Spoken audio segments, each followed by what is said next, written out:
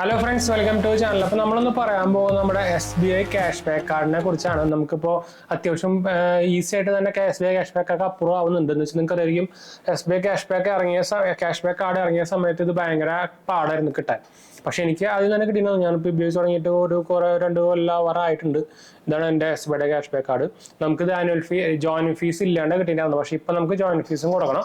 നിങ്ങൾക്ക് അറിയാം, ഇതിൻ്റെ ആനുവൽ ഫീസും ജോയിൻ ഫീസും എന്ന് പറയുന്നത് 999 + GST ആണ്. എന്ന് വെച്ചാൽ ഇതൊരു എൻട്രി ലെവൽ കാർഡല്ല, ഒരു മിഡിൽ കാറ്റഗറിയിൽ വരുന്ന ഒരു കാർഡെന്നായിരുന്നു. പിന്നെ ഇതിൽ കുറേ ഡീവാലുവേഷൻ സംഭവങ്ങളൊക്കെ വന്നിട്ടുണ്ട്. ഞാൻ എടുക്കുന്ന സമയത്തൊക്കെ നമുക്കിതിൽ ഇന്റർനാഷണൽ എയർപോർട്ട് ലോഞ്ചസും അതുപോലെ തന്നെ നോർമൽ ഡൊമസ്റ്റിക് എയർപോർട്ട് ലോഞ്ചസ് ഒക്കെ ഉണ്ടായിരുന്നു. പക്ഷേ ഇപ്പോൾ അതൊന്നും ഇല്ല. ഇപ്പം എല്ലാം ഡീവാല്യൂ ചെയ്ത് കളഞ്ഞിട്ടുണ്ടായിരുന്നു.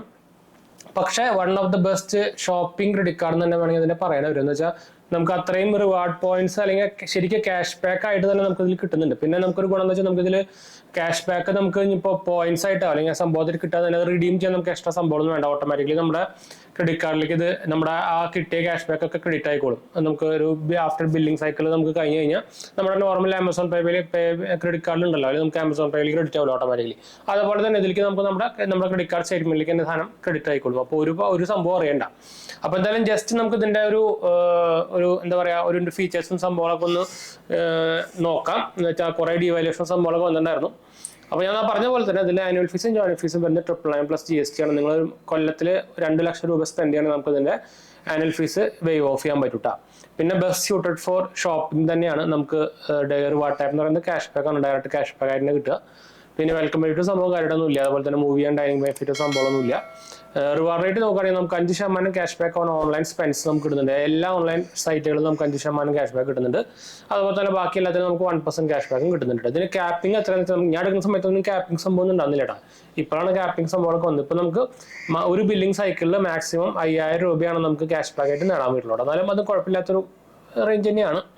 പിന്നെ റിവാർഡ് റിഡംഷൻ നമുക്ക് എക്സ്ട്രാ സംഭവമൊന്നുമില്ല, ഓട്ടോമാറ്റിക്കലി നമുക്ക് ക്രെഡിറ്റ് ആയിക്കോളും നമ്മുടെ സ്റ്റേറ്റ്മെന്റിലേക്ക്. ട്രാവൽ ബെനിഫിറ്റോ ഗോൾഫ് ബെനിഫിറ്റോ അല്ലെങ്കിൽ ലോഞ്ചസോ അങ്ങനത്തെ സംഭവമൊന്നും ഇപ്പോൾ ഇല്ല. എല്ലാം ഡിവാല്യൂ ചെയ്ത് കളഞ്ഞിട്ടുണ്ട്. അന്ന് ഇൻഷുറൻസ് ബെനിഫിറ്റും ഇല്ല. സീറോ ലയബിലിറ്റി കാർഡ് പ്രൊട്ടക്ഷൻ നമുക്ക് ഇതിലൂടെ വരുന്നുണ്ട്. പിന്നെ ഫീസിന്റെ കാര്യം പറയുകയാണെങ്കിൽ ഓൾറെഡി പറഞ്ഞിട്ടുണ്ടായിരുന്നു.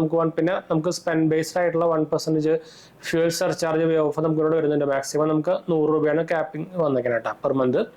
പിന്നെ ഫീസിന്റെ കാര്യം പറയുകയാണെങ്കിൽ നമുക്ക് റിവാർഡ് റിഡംഷൻ ഫീസ് സംഭവമൊന്നുമില്ല. ഫോറിൻ കറൻസി മാർക്കപ്പ് ചാർജ് ആണെങ്കിൽ 3% വരുന്നുണ്ട്. അതുപോലെ തന്നെ ഇൻട്രസ്റ്റ് റേറ്റ് 3% വരുന്നുണ്ട്. അതായത് നിങ്ങൾ ഡ്യൂ ഡേറ്റിന് മുമ്പ് ബില്ല് അടച്ചില്ലെങ്കിലാണ് ഈ ഇൻട്രസ്റ്റ് സംഭവമൊക്കെ വരിക. അല്ലെങ്കിൽ നോർമലി സംഭവമൊന്നുമില്ല, സാധാരണ പറയുന്നുള്ളൂ. പിന്നെ ക്യാഷ് അഡ്വാൻസ് ചാർജ് ആയിട്ട് 2% വരുന്നുണ്ട്. അതിൽ മിനിമം 500 രൂപ, അതായത് നിങ്ങൾ ATM ഉപയോഗിക്കുമ്പോൾ കേട്ടോ. പിന്നെ ഇതിന്റെ ഒരു മെയിൻ പ്രോസും കോൺസും നോക്കിക്കഴിഞ്ഞാൽ നമുക്ക് ആദ്യം കോൺസിലേക്ക് തന്നെ പോവാം. നമുക്ക് അതർ കാറ്റഗറിയിൽ 1% മാത്രമേ നമുക്ക് ക്യാഷ് ബാക്ക് ആയിട്ട് കിട്ടുന്നുള്ളൂ ഒരു കോൺ എന്ന് വേണമെങ്കിൽ പറയുന്നത് വെച്ചാൽ ബാക്കി എല്ലാത്ത കാർഡിലും കിട്ടുന്ന ഒരു സംഭവം തന്നെയാണ് 1%. പിന്നെ നമുക്ക് സ്പെൻഡ് ബേസ്ഡ് വേവ് ഓഫ് കിട്ടാൻ 2 ലക്ഷം വേണം, അത് കുറച്ച് കൂടുതലാണ്. പിന്നെ നമുക്ക് കോംപ്ലിമെന്റ് എയർപോർട്ട് ലോഞ്ചസ് ഒക്കെ ഉണ്ടായിരുന്നു, ഇപ്പം ഇല്ല, അത് എടുത്ത് കളഞ്ഞിട്ടുണ്ടായിരുന്നു. അതും ഒരു കോൺ തന്നെയാണ്, മേജർലി കോൺ തന്നെയാണ്. പിന്നെ നമുക്ക് വേറെ കുഴപ്പമെന്ന് വെച്ചാൽ നമുക്ക് ഈ SBI കാർഡ്സിന്റെ ഓഫറൊന്നും നമുക്ക് ഈ കാർഡിൽ കിട്ടില്ല. അങ്ങനെ ഒരു കുഴപ്പം വരുന്നത് നിങ്ങൾക്ക് അറിയിക്കും. ഇപ്പോൾ ആമസോണിലും ഫ്ലിപ്കാർട്ടിലൊക്കെ നമ്മൾ ഇതുപോലെ SBI കാർഡിന് 10% ഡിസ്കൗണ്ട് എന്നൊക്കെ പറഞ്ഞ് നിങ്ങൾ കാണാറില്ല. ആ സാധനം നമുക്ക് ഈ കാർഡിൽ കിട്ടില്ല. അങ്ങനെ ഒരു കുഴപ്പമുണ്ട്. പിന്നെ നമുക്ക് പ്രോസിലേക്ക് പോവാം. ഇതിൽ നമുക്ക് 5% ക്യാഷ് ബാക്ക് ഓൺലൈൻ സ്പെൻസ് നമുക്ക് കിട്ടുന്നുണ്ട്. മിക്ക എല്ലാ സൈറ്റിലും നമുക്ക് കിട്ടുന്നുണ്ട്. 1% ക്യാഷ് ബാക്ക് ഓഫ്ലൈൻ സ്പെൻസും കിട്ടുന്നുണ്ട്. പിന്നെ മന്ത്ലി ക്യാപ്പിംഗ് വന്നിരിക്കുന്നത് 5000 ആണ്. അത് വലിയ കുഴപ്പമില്ലാത്തൊരു ലിമിറ്റ് തന്നെയാണെന്ന് വേണമെങ്കിൽ പറയാം. പിന്നെ നമുക്ക് എന്താ പറയുക, ഗ്രേറ്റ് ഫോർ ഓൺലൈൻ സ്പെൻഡ് ആണ്. അതായത് മിക്ക എല്ലാ സാധനത്തിലും നമുക്ക് 5% ക്യാഷ് ബാക്ക് കിട്ടുന്നുണ്ട്. അതായത് ഞാൻ നോർമലി നമ്മൾ ഓൺലൈൻ പർച്ചേസും സംഭവങ്ങളൊക്കെ ചെയ്യുമ്പോൾ ഞാൻ ഈ കാർഡ് ഉപയോഗിക്കാറ്. എന്താ വെച്ചാൽ നമുക്ക് കറക്റ്റായിട്ട് 5% ക്യാഷ് ബാക്ക് കിട്ടും. ഇപ്പോൾ ആമസോണിലടക്കം നമുക്ക് ഇപ്പം ഞാൻ പ്രൈം മെമ്പർഷിപ്പ് ഒന്നും റെഗുലറായിട്ട് എടുക്കാറില്ല, വല്ലപ്പോഴൊക്കെ എടുക്കാറുള്ളൂ, വല്ല ഓഫർ സംഭവമൊക്കെ വരുമ്പോൾ മാത്രമേ എടുക്കാറുള്ളൂ. അപ്പോൾ അതുകൊണ്ട് തന്നെ നമുക്ക് ആമസോൺ പേ ICICI കാർഡിൽ 3% കിട്ടുള്ളൂ. അപ്പോൾ അങ്ങനത്തെ ടൈമിലൊക്കെ ഞാൻ ഈ കാർഡ് ഉപയോഗിക്കട്ടെ. ഞാൻ ഫ്ലിപ്കാർട്ടിൽ നിന്ന് വാങ്ങിക്കുമ്പോഴും ഞാൻ ഈ കാർഡ് ഉപയോഗിക്കുന്നത് വെച്ചാൽ ഫ്ലിപ്കാർട്ടിൽ എനിക്ക് ഫ്ലിപ്കാർട്ടിൻ്റെ ആക്സിസ് ബാങ്ക് കാർഡൊന്നും ഞാൻ ആക്ടിവേറ്റ് ചെയ്തിട്ടുണ്ടായിരുന്നില്ല, അതൊക്കെ ഞാൻ ക്ലോസ് ചെയ്തിട്ടുണ്ടായിരുന്നു. അതിന് അൺബോക്സിംഗ് വഴിക്ക് നിങ്ങൾ കണ്ടിരിക്കുന്നത് വെച്ചാൽ കിട്ടിയ സമയത്ത് അവർ ഫ്രീ എന്ന് കാണിച്ചിട്ടുണ്ടായിരുന്നു. പിന്നെ നമുക്ക് സാധനം വന്നപ്പോൾ ബില്ല് വന്നിട്ടുണ്ടായിരുന്നു. അപ്പോൾ അതുകൊണ്ട് തന്നെ ഞാൻ അത് ക്ലോസ് ചെയ്തിട്ടുണ്ടായിരുന്നു. അപ്പോൾ അതുകൊണ്ട് ഞാൻ ഫ്ലിപ്കാർട്ട് ആക്സിസ് ബാങ്കിന്റെ കാർഡ് ഉപയോഗിക്കുന്നില്ല. അപ്പോൾ അതുകൊണ്ടെങ്കിൽ ആ സമയത്തൊക്കെ ഞാൻ ഈ സാധനം ഉപയോഗിക്കാറ്. ഡ്രസ്സ് വാങ്ങിക്കാനൊക്കെ മാക്സിമം ഫ്ലിപ്കാർട്ട് ഉപയോഗിക്കുള്ളൂ. അല്ലാത്തൊക്കെ എനിക്ക് 2-3 വട്ടം മണി കിട്ടിയിട്ടുള്ളത്. അതുകൊണ്ട് ഞാൻ ഇലക്ട്രോണിക് സാധനങ്ങളൊക്കെ അവിടെ നിന്ന് നിർത്തിയിട്ടുണ്ടായിരുന്നു. പിന്നെ നമുക്ക് ഈ ഓപ്പൺ ബോക്സ് ഉണ്ടെങ്കിൽ മാത്രം നമ്മൾ ചിലപ്പോൾ നല്ല ഡീൽ കിട്ടിയാൽ വാങ്ങിക്കുന്നത് മാത്രമല്ല. എന്ന് വെച്ചാൽ ഫ്ലിപ്കാർട്ടിൽ ഭയങ്കര ഡീൽസ് വരുന്നുണ്ട്. അതൊരു ഹൈലൈറ്റ് തന്നെയാണ് ഫ്ലിപ്കാർട്ടിന്റെ. അത് പക്ഷേ ആമസോൺ ഭയങ്കര മോശമാണ് ആ കാര്യത്തിലൊക്കെ.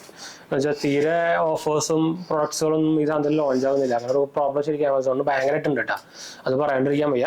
അപ്പോൾ എന്തായാലും നമ്മുടെ സെറ്റപ്പിന്റെ റെഫറൽ ഞാൻ കൊടുക്കുന്നുണ്ട്. നമ്മുടെ cash back credit card apply ചെയ്യാനുള്ളത്. നിങ്ങൾക്ക് താല്പര്യം ഉണ്ടെങ്കിൽ അപ്ലൈ ചെയ്യാൻ മറക്കണം. നിങ്ങൾക്ക് നോർമലി അപ്ലൈ ചെയ്യാനും കിട്ടാൻ ചാൻസ് കൂടുതലായിരിക്കും എന്ന് വെച്ചാൽ നമ്മുടെ ലിങ്കാണ്. അപ്പോൾ അതുപോലെ തന്നെ എന്തെങ്കിലും സംശയം കാര്യങ്ങളൊക്കെ ഉണ്ടെങ്കിൽ നിങ്ങൾ കമന്റ് ചെയ്താൽ മതി. നമ്മളെല്ലാ കമന്റ് റിപ്ലൈ ആണ്. നമ്മുടെ 2 ചാനലും കാണാത്തവരെ കണ്ടുപോകുക, സബ്സ്ക്രൈബ് ചെയ്യുക, സപ്പോർട്ട് ചെയ്യുക. ലിങ്ക് അല്ലെങ്കിൽ താഴെ കൊടുത്തിട്ടുണ്ട്. നമ്മുടെ പുതിയ ചാനലായി ജയിച്ചു പോലെ കാണാത്തവരെ കണ്ടുപോകുക, സബ്സ്ക്രൈബ് ചെയ്യുക, സപ്പോർട്ട് ചെയ്യുക, ഫ്രണ്ട്സിലേക്ക് നമ്മൾക്ക് ഒന്ന് ഷെയർ ചെയ്യട്ടെ. നമ്മളതിൽ എന്താ പറയുക, ഫൈനാൻഷ്യൽ ന്യൂസും അതുപോലെ ന്യൂസുകളാണ് ചെയ്യുന്നത്. Financial news, technical news, movie news, അങ്ങനത്തെ നിങ്ങൾക്ക് ഹെൽപ്ഫുൾ ആയിട്ടുള്ള സംഭവങ്ങൾ ചെയ്യുന്നത്. അപ്പോൾ നിങ്ങൾക്ക് ഹെൽപ്ഫുൾ ആയിരിക്കും. സബ്സ്ക്രൈബ് ചെയ്യാനും സപ്പോർട്ട് ചെയ്യാനൊന്നും മറക്കണ്ട കേട്ടോ. അപ്പോൾ നമുക്ക് വൈൻഡപ്പ് ചെയ്യാം. അടുത്ത വീഡിയോ കാണാം.